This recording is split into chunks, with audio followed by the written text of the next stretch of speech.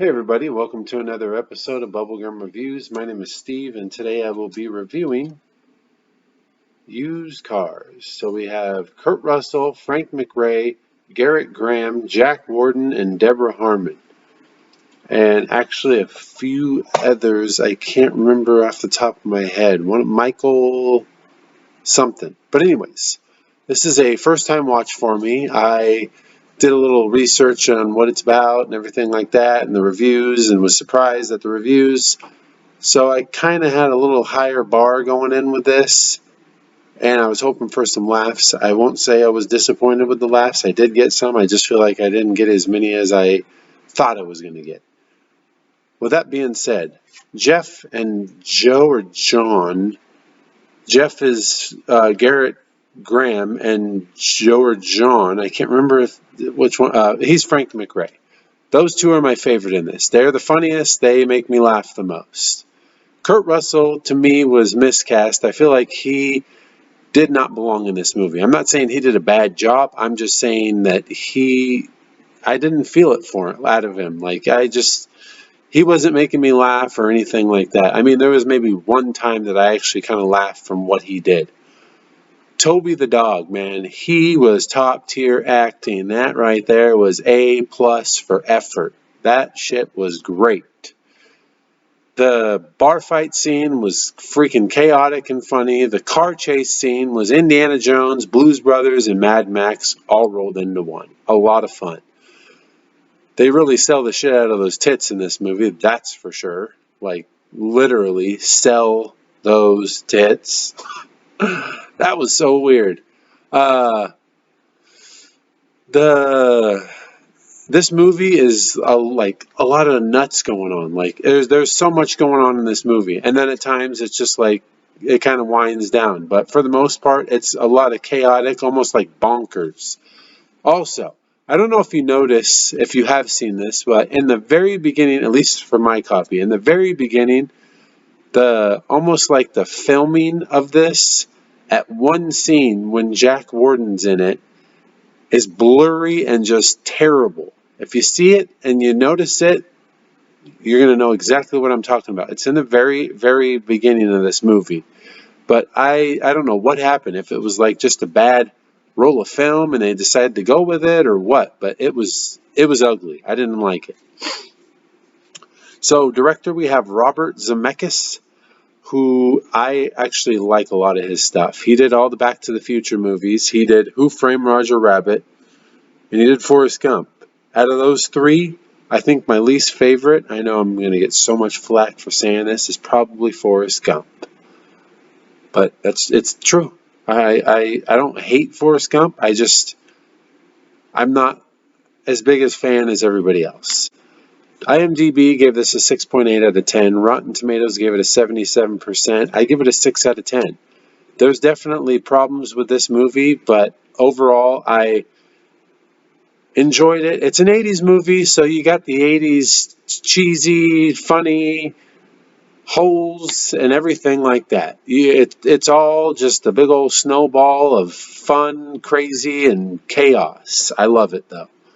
Dog Bones gave it a 3 out of 4, by the way. So those are some damn good reviews for an 80s movie comedy. Box office 11.7 on a budget of 8. So it made a little bit of money, a little what? 3.7 million, and that's if that all went after the budget. I mean, the budget could be more than the 8. So my interesting fact is John Candy was supposed to be in this film. Oh, that's another guy that's in this.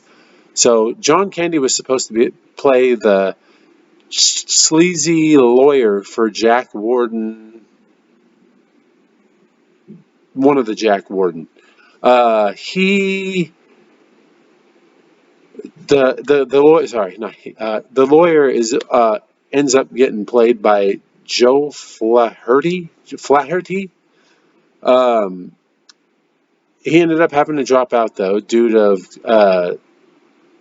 filming conflict. I guess being double booked from his agent because he was also filming, or he was actually getting ready to film for the movie 1941. So If you haven't seen 1941, I can't say I do know that my first watch of that movie I did not care for. I do want to watch it again just to kind of see if my mind changes or anything like that. But it's got Dan Aykroyd and John Belushi. John Belushi. Uh, it's like a aviation movie, so I will be giving that a watch. It probably won't be anytime soon, but who knows? Maybe one day I'll just, hey, I want to watch this. But anyways, so that was kind of interesting. Like to see John Candy play the lawyer, I would have been okay with that. Even though the guy that actually played him is in so many movies that like I am a fan of. Let's see, he was in what's the one with Adam Sandler as the golf? Happy Gilmore. He was in Happy Gilmore. He was in a movie called Club Paradise that I just ended up buying one day.